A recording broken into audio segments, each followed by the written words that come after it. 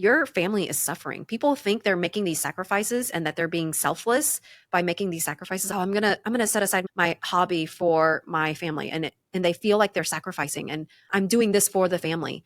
And in reality, like we like to say, you're actually being selfish because your family is not getting the best version of you. You're holding back what is the most beautiful part of you, and your family doesn't get to get it, get to receive, be on the receiving end of that. And what we like to say is you have to first do this individual work if you want to be able to do the family work in a really healthy, comprehensive way. They're toxic, they don't fit in, people don't enjoy spending time with them. But if they are right seat, meaning they're rock stars at their job, this is a really hard person to set free because even though they're toxic, they're so good at their job, it's hard to imagine life without them. Hey, Anne, I'm super excited to have you join me for this episode of Coffee with Closers.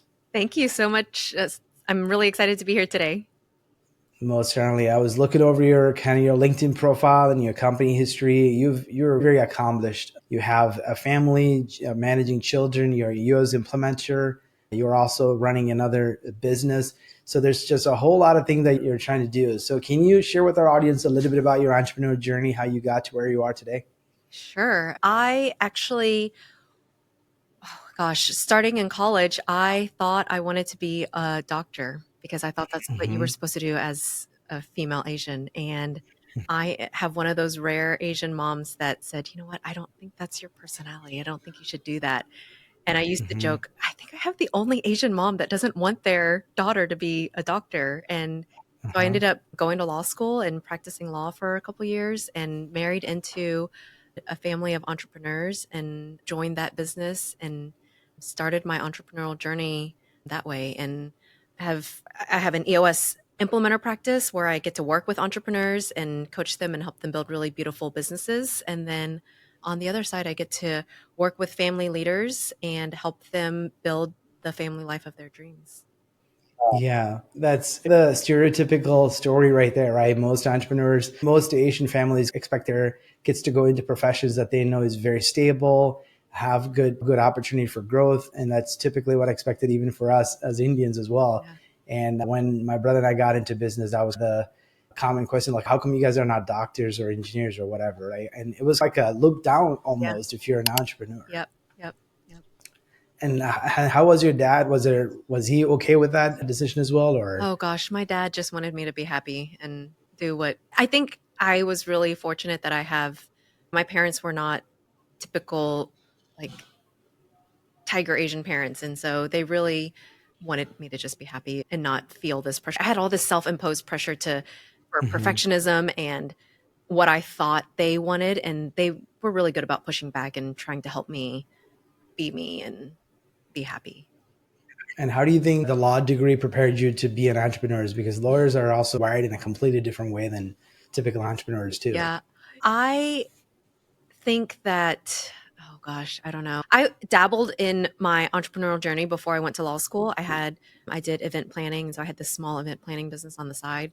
And so I dabbled. And once I started dating my husband, I knew that was going to be something that I would pursue long term. And so I approached my law degree as training for my future entrepreneurial journey, whatever that was going to be. I didn't know I was going to be doing what I'm doing today, but I just looked at it as experience that was going to be applicable no matter what I was going to be doing in the future. So how did you get into the EOS implementer role? How did you discover that? Yeah, we used it in our family business and it really helped transform our family business. Before EOS, we were a company that just put your head down, work really hard, work a ton of hours, outwork the competition. And so we had a lot of employees that were just showing up every day to show up and didn't really understand the bigger purpose, the long-term vision. And EOS really helped us turn that around and create a culture that was fun and people really enjoyed coming to work and they knew what they were working towards. So when you say family business, this is something your parents were running? My husband's family business. So it was furniture retail. Well, yeah. Okay, tell me more. So you actually got married into this family. They had a business, so you got involved in it and saw this business might be successful, but there's just a lot of disorganization, right? Kind of like the dysfunctional family almost sometimes without EOS. Yeah. And I think the beauty of EOS is I warn my clients, like what EOS is going to do is it's going to call out all your issues. Once you start implementing EOS, there is nowhere for your problems to hide. You're not going to be able to sweep them under the rug anymore. And so you have to be Hmm. ready for that. And that's what it did for our family businesses. It called out very loudly all of the issues that we had. And so we knew that we needed to deal with them if we wanted to keep moving forward. So people who may not know or are familiar with the EOS, can you explain a little bit about what EOS is? Yeah, EOS is Entrepreneurial Operating System. And with EOS, we're trying to do three things that we call vision, traction, and healthy. Vision from the standpoint of getting everyone in the organization 100% aligned with where you want to go and how you're going to get there. Traction just means Hmm. creating disciplined teams that are rowing in the same direction and really working towards that vision that you've defined. And healthy just means Hmm. creating fun loving teams that really enjoy working together. And we ultimately create an organization where everyone is clear on what the vision is. They're all rowing in the same direction, and they're it really enjoying work, and it creates a really amazing culture, and it just helps create healthier businesses and helps business leaders, business owners really build healthier, stronger businesses so they can get what they want out of their business. Yeah, and it gives them a system to operate out of, not just some chaos. I think that's the big thing. So obviously you've implemented this and you've somehow discovered it. How long from the time you've discovered EOS and implementing it that transition took place and that transformation for that organization, for the company? Oh gosh, I what's crazy about EOS is I in our business and also with my clients, we see transformation in the first 90 days. It's Hmm. never done. Implementing EOS Hmm. is a lifelong journey, but in those first 90 days, there's so much there's foundational tools that we teach in that first session that you leave that first session, it's like drinking out of a fire hose because you're learning all of these concepts for how to run a strong business, just fundamentals. Hmm. And then you're going back and you're implementing them, and you are really able to see really impactful change even in that first 90 days. My clients are coming back 90 days later and they're like, oh my gosh, I should have done this years ago. It's just the day and night and day transformation that they're seeing, even just 90 days. What are some common things you've noticed these dysfunctional businesses have? What are some common things like, hey, if only they figured out these two things or three things, they could have been Oh off? gosh. I think for me, for my clients, and I think that's that could be answered in so many different ways, but for my clients specifically, and the themes that I notice is specifically around people. Mm. The beauty of EOS is it helps give you the framework for getting the right people in the right seats. And I think that in an organization where you've got a ton of right people in the right seats, you don't have enough pain. You're likely not turning to EOS and you're not calling me. And so for a lot of my clients, they have people issues that they are either unaware of or don't want to deal with. They're sweeping those people issues under the rug. And EOS really helps identify, where do you have those people issues? Is it a right person issue, meaning they're not core values aligned, they're not fitting your culture, or are they not sitting in the right seat? They don't get it, they don't want it, or they don't have the capacity to do it. And it has to be a yes for both. And I think that's one of my favorite things about EOS is coming alongside these entrepreneurs and their leadership teams and helping them see their blind spots around where are they maybe not being courageous enough to make people moves, and what people moves do they really need to make. I like to tell my clients, one great people move a quarter. A year later, Mm. 2 years later, you're going to be a completely different organization. If you could just focus on one big, important people move a quarter, things are going to be very different a year from now. Yeah, I think even some of the best known books like The Good to Great by Jim Collins, all of those books actually just refer to that same common theme, which is at the end of the day, we're all running an organization with Yep. people. And when you have people at the center of an organization, you have a lot of dysfunctions unless you have some system or process in place like US to manage that. Yep. And how many of those organizations you've seen like good people, but they were just not the right people and you had to cut them Oh, loose? yeah. And the word that I like to use with my teams is, instead of firing, I like to say set them free. Because if they're not core Hmm. values aligned with your company, it doesn't mean they're a bad person. It just means that they're not a culture fit for your company. Set them free so they can go find the company where they will be a culture fit, right? Maybe if you have somebody on your Hmm. team that is high competitive, high, like really aggressive, it doesn't make them a bad person. If your culture is not like that and they don't really fit in, and your culture is more about collaboration and teamwork and creating a win-win, they might not fit your culture. It doesn't make them a bad person, but there are companies out there that celebrate and want the Hmm. very aggressive, very competitive type of person, and they're going to fit in great over there. So set them free so that they can go find their home where they really will fit in, because that's part of their core values over there.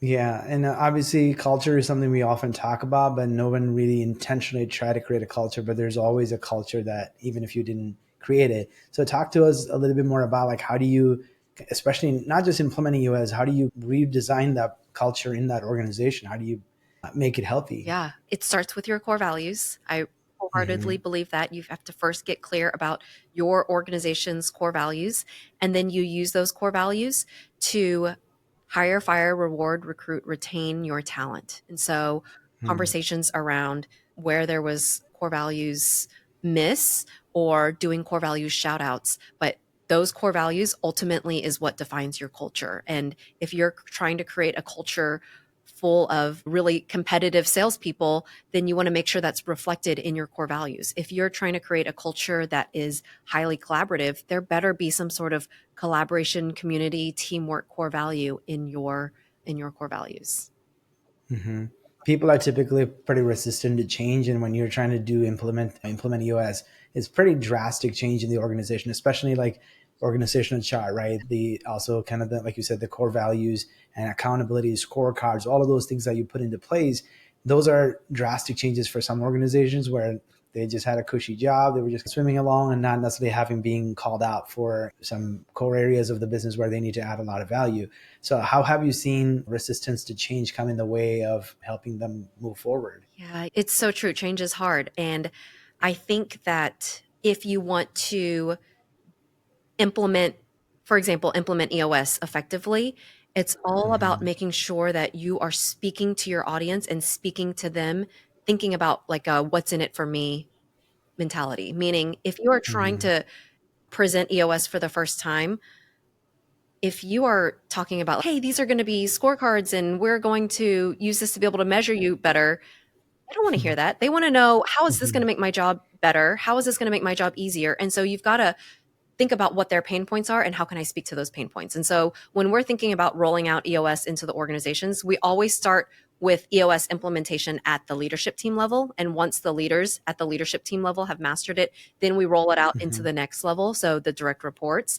And we're doing it level by level because we want to make sure that there is buy-in and thorough understanding before we're trying to get the next level to teach and implement with their direct reports. And so we're taking it slowly. We're not implementing EOS at every single level right away in the organization, but we want to be very intentional about it because it is important. We don't want to create fear and chaos in the organization, but it's really about thinking, what does the team need to hear so that they understand the value? They can see the value of implementing a system like EOS. It's going to make their life easier because they're going to have clarity on accountability and roles and responsibility. They're going to have priorities now. Instead of having their manager tell them there's 20 things on their plate that are priorities, now it's going to be 3 to 7. And so really thinking about what Hmm. are some of the big pain points of those team members and what do they need to hear so that they understand how EOS is going to help alleviate some of those pain points. Can you give us an example of a story where you may have had somebody in the wrong seat, but once they moved into the right seat, how they were able to thrive and grow? Oh gosh, this happens all the time. And I think what's really sad is without something like EOS, those people get fired because they think this Hmm. person is doing a really bad job. They don't deserve to have a spot at our company. And what I love about EOS is it takes those people decisions, something that feels very subjective. And at the end of the day, it's still subjective, but we teach a tool that helps the leaders that are making those decisions make that decision with a little more objectivity. So they are really thinking about, is this a core values issue? Does this person not deliver on their job because they are a person that doesn't really believe and align with our core values? Or are they not delivering on their job because they don't get it, want it, and have capacity to do it? So we're really breaking down and making very easy for leaders to see, is it a right person issue, meaning they're not core values aligned, or is it a right seat issue, meaning they don't get, want, or have capacity to do the job? And with that Hmm. clarity, then you can make the decision. If it's a right person issue, they're not core values aligned, there is no seat in your organization where they are going to be able to be right person, right seat. And I'll tell you, those wrong people, right seat are really hard to set free from your organization. Think about somebody, wrong Hmm. person, core values misaligned, they're toxic, they don't fit in, people don't enjoy spending time with them. But if they are right seat, meaning they're rock stars at their job, this is a really hard person to set free, because even though they're toxic, they're so good at their job, it's hard to imagine life without them. And those are where I see like the leaders have the most holdout in making the decision, because they're like, yeah, but they're always complaining, but man, they hit their numbers out of the ballpark every week. And those people are slowly chipping away at your culture. And so we've got to make an issue. We got to make a transition, a decision, and really breaking down, is it a right person issue or is it a right seat issue? If it's a right seat issue, their core values align, but it's a right seat. Let's see if we can find them a different seat that they can sit in where they could really excel at their job. And I think, I love EOS because I feel like it's saved a lot of people from prematurely getting terminated from a company when really they were just sitting in the wrong seat. And so we see this all the time. Somebody who is sitting in a seat where, and I'll just use an example from my own company. We had somebody sitting in a seat that was highly administrative and had to do a lot of handholding and following up of other team members, and that wasn't her strong suit. She really was great at giving her a task and she could go and execute it on her own. She was not great at following up with other people. So we were able to move her into a position where we could give her a project. She could go sit at her desk and put her head down and work. And she excelled. She thrived in that position. But when she had to like wrangle people, herd cats, that was exhausting for her. She wasn't good at it. She didn't enjoy doing it. And without the clarity of right people, right seats, I think other organizations probably would have terminated her a lot earlier. Yeah, and also sometimes people just leave jobs because they don't enjoy that part of their job where they're having to herd cats, and then they feel like, oh, this is such a waste of my time because I'm able to produce, but I'm actually being held back because these other team members aren't coming alongside to finish the job. So they feel like their work isn't producing the results. And when I'm thinking about my clients, where I see this a lot is when you've got an excellent team member who's an executor, and then they get promoted into a leadership role where now they have to manage people, and now all of a sudden they're not doing a great job, and they just are not sitting in the right seat anymore, right? Like they were thriving in this other seat. Why do we feel like we have to promote these people? Why can't we expand their role in a different way where they don't have to set aside what it is that they're really great at? Like, why do we have to always feel like there's this linear, like you have to move up, you have to start managing people if you want to continue to stay at the company? It doesn't always have to be that way. And so I love EOS because it helps give us that type of clarity. Like, how do we continue to grow this person without forcing them into a completely different skill set that they may not enjoy? Not everybody enjoys and wants to lead people. That's a really unique person that really loves coaching, pouring into people, managing people. And so I see that a lot, is like the unfortunate promotion because we feel like that's the next step. And then, but it doesn't have to be that way. Yeah, I think we're forced to believe that there needs to be some sort of a progression Yeah. path for people to climb a ladder, right, the corporate ladder.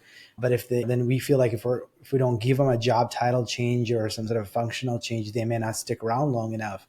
But you may need to have those conversations with your employees to see, do they really want that extra responsibility and do they even enjoy that?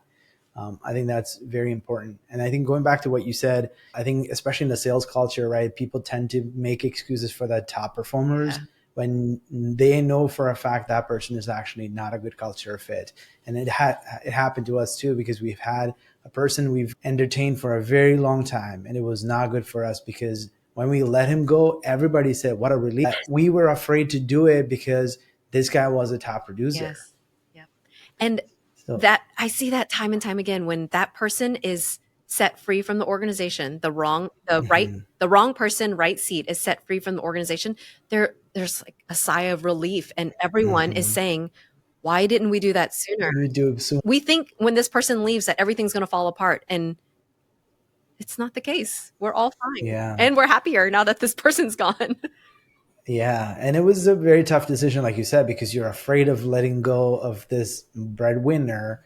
And you're like, what would happen if this person leaves? And then you try to make excuses for why they behave the way they do and then try to keep them happy. That was not very healthy for us. But obviously, EOS talks about like the implementer versus the integrator function, and entrepreneurs in general are visionary leaders. They have great, ambitious goals. They have aspirations to go somewhere. but they tend to start a lot but they finish a few. So how can you explain to us the critical function of an integrator role in an organization to see whether it's an EOS or any sort of a system to get implemented in a company? Yeah. And I think that this visionary integrator concept from EOS is so freeing for entrepreneurs because without this idea, the entrepreneur often feels like they have to do it all. They have to be the Mm-hmm. visionary and they also have to run the day to day of the business. And so, this visionary integrator dynamic, they are partners working together to run the organization. And it's freeing because if you have the personality that is big picture, big ideas, big relationships, that is not the person that you want running the day to day of the organization. But as Mm-hmm. entrepreneurs, I think we often feel trapped. That's what we should be doing.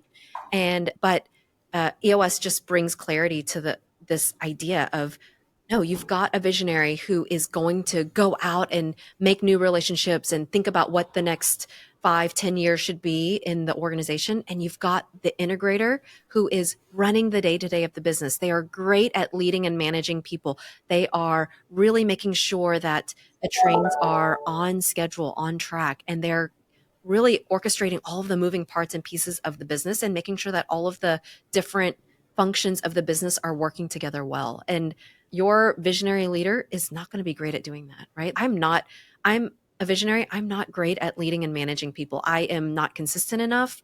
I am way too emotional. I'm not the person that you want leading and managing the leadership Mm-hmm. team. I want somebody who's going to be really in it with them and leading them, walking side by side with them, being a consistent, thoughtful, deliberate leader for them. That's not me. Mm-hmm.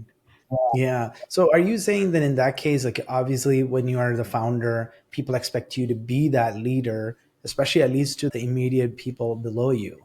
And then you're saying you actually could get someone else in the role. You can have the vision, you have the big dreams, and you can set the goal for the future, right? You can do all of those things, but you still bring it along somebody else who's actually not just an integrator, maybe even another a person that can actually give the coaching and guidance that the subordinates might need. That's what the integrator should be doing. In EOS, the visionary and integrator are really working together side by side to run the business.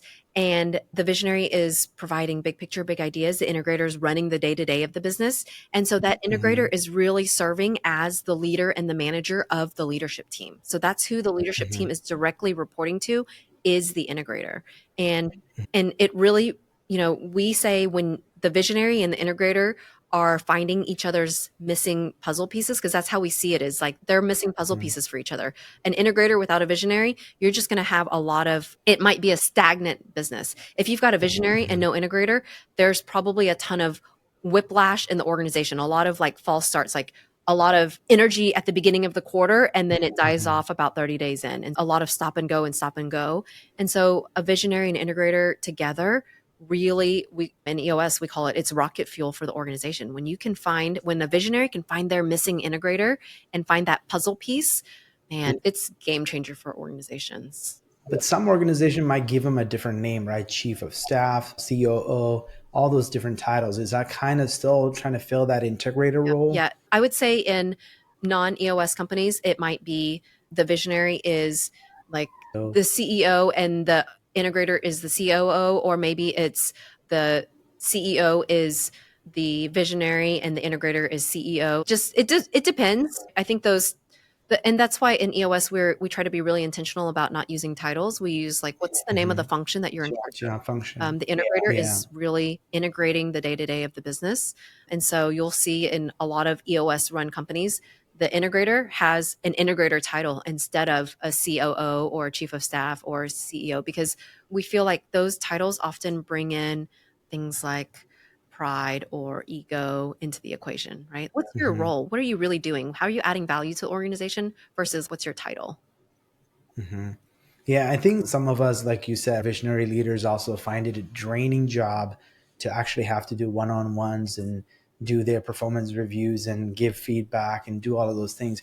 It's just not a very thrilling experience. And sometimes we don't really like confrontation either, right? So we try to avoid those conversations. And I don't know if you've heard of Dharmesh Shah from HubSpot. I may not sure if you've heard of his. So he obviously HubSpot is I think they're 3 or 4 billion in revenue, worth $33 billion, and Google is trying to buy them. Dharmesh Shah from the very get-go told Brian Halligan, hey, one ask I have when we start this company, I want zero direct reports. At the time, it was a smallest startup, so they're like, yeah, no worries, no direct reports. And when the company grew to 7,000 employees, they still held true to that commitment they made to each other, where Dharmesh Shah said, I don't want any direct reports, because he was I don't even know what you call him. He's definitely a visionary guy, but he's a programmer by trade, and he just sits there and code. And then company definitely grew way beyond his size. But I think some people know their core competencies, and they know they're just not fit for maybe interpersonal skills to manage people. And if you just get them out of that, if you put them in their genius zone, they will thrive and grow and do a real great job. But if you put a lot of obstacles around them, they may not even be able to succeed. And the beauty of all of this work is, for everything that drains your energy that you don't enjoy doing, there is somebody out there who loves it. It Mm-hmm. energizes them. That is their unique ability. That's what they were born to do.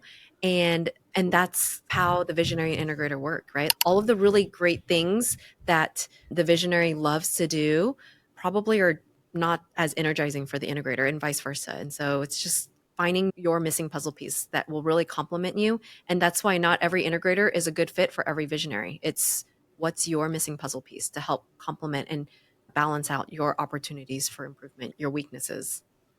Yeah, sometimes you kind of also have an integrator who's competent, not just competency, but have the willpower to be able to put some stop on the visionary, because they can go crazy. Because we've been on client calls too, where it could be a CEO or it could even be a CMO with great ideas, and then just throw up all these ideas, and then might be the marketing coordinator or somebody got to figure out, how the heck am I going to execute all this? This isn't realistic. And then the next call, he has got a completely different idea. So I'm also very guilty of it. Yep. So clearly you've had success with the EOS, and then you started the EOS implementation practice. And then when did this idea for Empowered Family came about? Oh gosh, we probably about a decade ago, my husband and I were just trying to save our family and not end up separated. We were working really long hours. We knew that we needed to do something different, but we didn't know where to turn. We didn't have access to any sort of, at the time, we didn't have access to marriage therapists or counselors. We didn't have any marriage mentors. And so we just turned to what we knew, which was how to build strong teams and what we were doing in our own business. And so we just started slowly incorporating simple concepts like getting clear, me and him taking time and getting clear about what's really important to us. What are our goals for our family? What are some of our family values? And just simple things that we're all doing for our businesses and for our teams. And we started Mm-hmm. incorporating those into our family. And slowly, our friends and family were seeing the difference that was making in our family and in our marriage, and we were sharing with them in a very piecemeal way. And we were doing that, and then we would share it with them, a tool, some random tool, and then they would come back and say, okay, what else you got? And so then we would Mm-hmm. share another tool with them. And we ultimately, like 2.5, 3 years ago, decided to spin this up as a business and pull everything that we were using together into a comprehensive system that could really help couples be as intentional about their family life as they are about their work life. So it almost seems like you made a mini EOS system to run your family. A little bit. It's different because it's the family leaders coming together and doing the work together, creating a space for them to learn how to. It's like EOS is really about the system and the process and the tools. And for us in Empowered Families, we really talk a lot about mindset shifts and expanding our awareness so that we can be at choice. And we spend time doing a lot of exercises that give couples an opportunity to just learn how to be more effective communicators, how to communicate more openly and honestly, and really handle things that are coming at them at their family life in a way that feels less frantic and less hectic and less reactive, and really slowing things down for them so they can eliminate all of that noise and really start saying yes to only the things that are really important to them, and using filters that we give them, that through the tools that we've been working with them on, they now have really strong filters to say no to, not just the easy no's, but say no to things that they were probably like, yeah, I think I want to do that. So that they're only saying yes to things that are like, yes, absolutely. That's definitely what I want to do. And so not only are they saying no to the easies but they're saying no to things that they were probably saying yes to before, but maybe it was a little bit more of a not as passionate of a yes, or maybe a reluctant yes. They're starting to say no to those things. And so they're really eliminating a lot of the noise and finding that their family life is more intentional and calmer and just less frantic. They're not feeling like they're drowning and just trying to survive the week to make it to the weekend. Yeah. Obviously, we talk a lot about mindset shift in personal life, but when from a couple's perspective, what are some mindset shifts that you've seen was required for some of these people to succeed in their marriage? Oh gosh. I think one of the favorite things that we talk about in Empowered Families is this idea of me for we. And Mm, we believe like a lot of couples will come together and try to do family planning, and they will start working on their family and get really excited. And where we believe it goes awry is if you sit down and do that with your spouse or your partner and you haven't first done your work, then mhm, you're going to bring a very diluted version of yourself to the table. You're going to, what we see is without having first done the me work, couples will come and one or both of them will say, you know what? I need to set aside this passion or this hobby for my family right now, for the sake of my family, because this season is what my family needs for me to be a different person. And so they bring a very diluted version of themselves to the table. So we say, you know what? You can't even join our year-long program if you don't first do your individual work. And so we do monthly standalone workshops called Know Thyself workshops, where it's a whole mm, day for individuals to get clear about their individual values, their who they are at their best, at their worst, what they really want out of life, creating awareness of how they're thinking about time and where they might be punting time, or where they might be looking at time in a way that causes them to not be present, and what's their big dream for their life as an individual. And we believe that if you don't first do that work and gain that clarity, then when you come together with your spouse or your partner to do the family work, if you don't have that knowledge of yourself, what you want, what you need, then your family is suffering. People think they're making these sacrifices and that they're being selfless by making these sacrifices. Oh, I'm going to set aside my hobby for my family, and they feel like they're sacrificing, and I'm doing this for the family.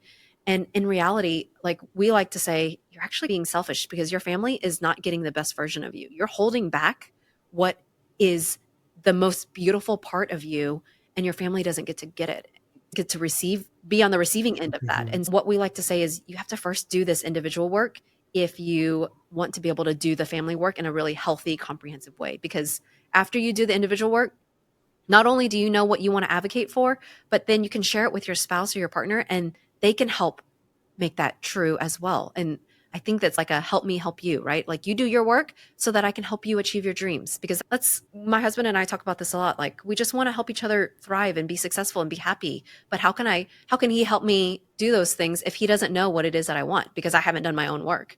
It's like when we mhm, argue and about something that maybe he doesn't care about, and he's like, okay, that's fine. Let's just do it the way that you want then. And he's okay, what is that way? And I'm like, I don't know. I don't know. I'm just arguing it because I haven't done my own thinking about what it is that I want in that situation. If I don't know, then how mhm. can my family know? Yeah. And a lot of times you can have unnecessary, like you said, friction in the family because you haven't even decided for yourself what is that you Yep. want. Yep. And And I can also see this helping them in their business world as well. Someone who actually have done their personal work in deciding for themselves the core values. Because I think not only when you said, hey, I put aside the hobby just so I can be present for my family, but I'm not showing up in my best self because I just feel like I'm giving up a lot of things that I want yep. just so I can please the rest of the family members. And I think it's the same is true. A lot of times we are pursuing our business and trying to get financial freedom and time freedom and do all those things saying, I'm doing this all for my family, but you're doing it away from the family, which I think is a very big concern that most entrepreneurs have because they want to be there for the family and they're doing everything most certainly is for their family, but they do it at the expense of not being there for the family. Yep. And I think the mindset there to call out is a lot of entrepreneurs and business leaders end up with this like mentality of I'm going to work really hard, I'm going to build this incredible business because then we can go on this family vacation, or then we can do XYZ, and then we'll be happy. We'll be a happy family when I can buy this house, or we can go on this trip, or we can do these things that are required for me to make money and and build a strong business. And so they justify pouring everything into their business. And what ends up happening is that is never going to end. If you think that way, oh, if I just get to this next step, then I'll be happy. We know that it's a hamster wheel. It's never going to end. And so what we really want to do is make sure that we're thinking family first, that we're prioritizing the family, and that we're Mm. making sure that the family life is settled, because what we see is this beautiful spillover effect. When you really focus on your family and that is strong, then you feel unstoppable. You feel like you could take over the world. You could do whatever you want in your business world because you've got the love and support of your family. And so really making sure that we're focusing on the family first because of the spillover effect that happens. Most certainly. So I take it that you and Sunny have no frictions, no misunderstanding in your family whatsoever. I would say it's probably the opposite. We do this work, and it is it does not mean that we don't argue. We definitely argue, but I would say what's cool about having done our work is when we argue, we now have a better understanding of where the other person is coming from, because now I understand Sunny's individual values. I understand what's triggering him. I understand the why behind his arguments. And so not only do we are we able to see each other differently and come at those disagreements differently, but we also know where we're misaligned. We're not sweeping things under the rug. We're having open and honest conversations about the issues that we have, and we are aware of the misalignment versus trying to pretend like everything is perfect and that we don't argue and sweep everything under the rug. And that's not reality. Like, we're two different people. It's inevitable that we're going to argue about stuff. Do you think, in some sense, some of that visionary integrator function is also in a couple's Oh, relationship as well? yeah, I love this concept. So we've tested a lot of stuff on our family over the past decade, and we realized that there are some concepts that are great for the family, some Universal. business concepts that are Mhm. really applicable to the family and very helpful. And we also found that there are some concepts that are not helpful and can be actually hurtful to the family. So one of the Mhm. concepts that we don't think that, and we actually discourage, is this idea of accountability. Visionary and integrator being two different types of personalities. Yeah, we lean into that hard. We celebrate each other's, we are able to acknowledge each other's strengths and weaknesses and help bridge the gap for each other in those areas. I think that's something that we're really great at. But what we don't do, and what we don't do for our own marriage and for Empowered Families clients, is this idea of accountability. Because in a workplace, if the integrator is not delivering, the visionary can have that conversation, right? Or if the visionary is not doing what they're supposed to do, the integrator can have that conversation about accountability. But in a marriage, you can't hold your spouse accountable. If my husband tries to hold me accountable, what's he going to do? Mhm. Fire me? That's not going to work. But he's not going to fire me, and I'm not going to fire him. And we actually rephrase it and reframe it as support. So if we know we have a Mm. common goal, one, we're aligned on that goal because we've had the conversations and we set the goals together. But then two, if it's a goal that's he sees that I'm dropping the ball on something, he's not trying to hold me accountable. He's not saying, hey, you said you were going to make 3 phone calls this week. How come you haven't done that yet? We shift it and we reframe it to support. So Mm. instead of accountability, the conversation might sound like, hey, I know that you haven't made those 3 calls yet. Do you want me to maybe take the kids to the park on Saturday so that you can have an hour to make the calls? It's really about, what can I do to support you instead of try to hold you accountable? That's something I need to learn for sure, because some of those things I kind of outsource it to my wife and I expect her to just get it done. So I got to change my mentality about that. So obviously you have got a lot going on. You're a mom, right? You're a speaker. You're also running an EOS implementation practice, and you're running this empowered families business. There's so much going on in your world. So how are you able to balance all this, and how are you able to have time to give your full attention to some of these responsibilities? Oh gosh. One, I have an amazing village. My husband, our Empowered Families team, we've got amazing support at our house. My mom lives with us, and then I've got an amazing village that helps keep all of the balls in the air. But two, I would say the thing that has really been impactful for me is the individual work that we help Empowered Families clients do helped me not have so much shame about saying, I'm not good at this, or I don't want to do this. Because for a very long time, as a female entrepreneur, I felt like I had to do all and be all if I wanted to be successful. And what the individual work gave me was the freedom to say, you know what, I'm not a numbers person. I don't want to be obsessed and thinking about the numbers in our business. Let my integrator handle that, my husband, right? And so he is our finance person for the business and for our home. Numbers are draining for me. I don't want to do that. But there was a lot of shame in saying that out loud the first few times. As an entrepreneur, as a female Asian, I felt like, what kind of leader am I? What kind of entrepreneur am I if numbers are not my thing? But being able to identify my weaknesses, the things that are, we call them destructive self, like the things that don't energize you, that you procrastinate on, that you don't want to do, that you're not great at. How can you create a life where you surround yourself with the right who's to help Band-Aid all of those areas? Because before, I felt I needed to do it all and understand it all and be all to everybody. And that meant that I wasn't asking for help. I wasn't leaning on other people to help make up for my weaknesses. And so now I have the clarity of where are my strengths? What is it that energizes me? What do I want to be spending my time doing?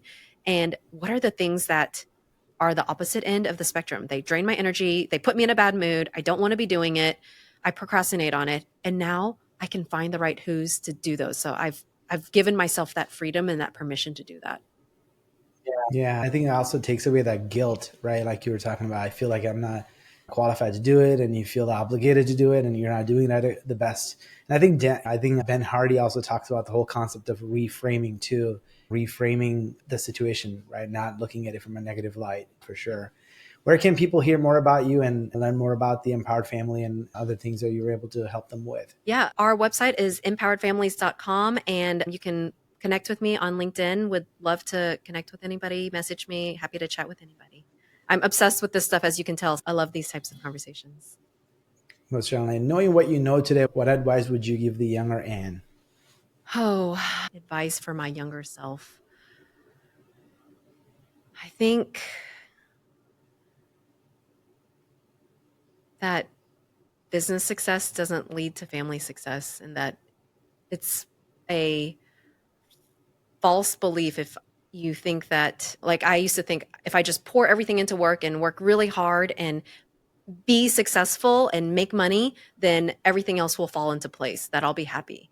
And if I had known earlier, like prioritizing family and making sure that is strong and healthy, and what that could do with this, the halo effect, the spillover effect into other areas, that's probably what I would have reminded my younger self. Yeah, that's a big lesson for all entrepreneurs. I think I've heard the story that, I don't know if it's a made up story, no one ever went to their deathbed and ever said, I wish I had spent more time in the office, right? Yeah. So I think, if we can all just recognize why are we doing what we're doing, and making sure that we're putting the most important things as priority, which is our families and our relationships. Yeah. The most important team you'll ever build, right? I think we forget that. We think our work teams are the most important teams, but our family team is the most important team we're ever going to cultivate and build and grow. Yeah, and the most rewarding too, right? At the end of your life, if you can just look back the contribution you made to help them develop, become the next you and your children and your loved ones. And I certainly enjoyed our conversation together. Thank you so much for joining me and sharing your life lesson and wisdom with my audience. Thank you so much for having me today. This episode of Coffee with Closers is brought to you by One IMS, a leading digital marketing agency helping businesses win new customers. To request a free marketing ROI audit, please visit oneims.com. If you enjoyed this video, please share it. To make sure you never miss an episode, please subscribe.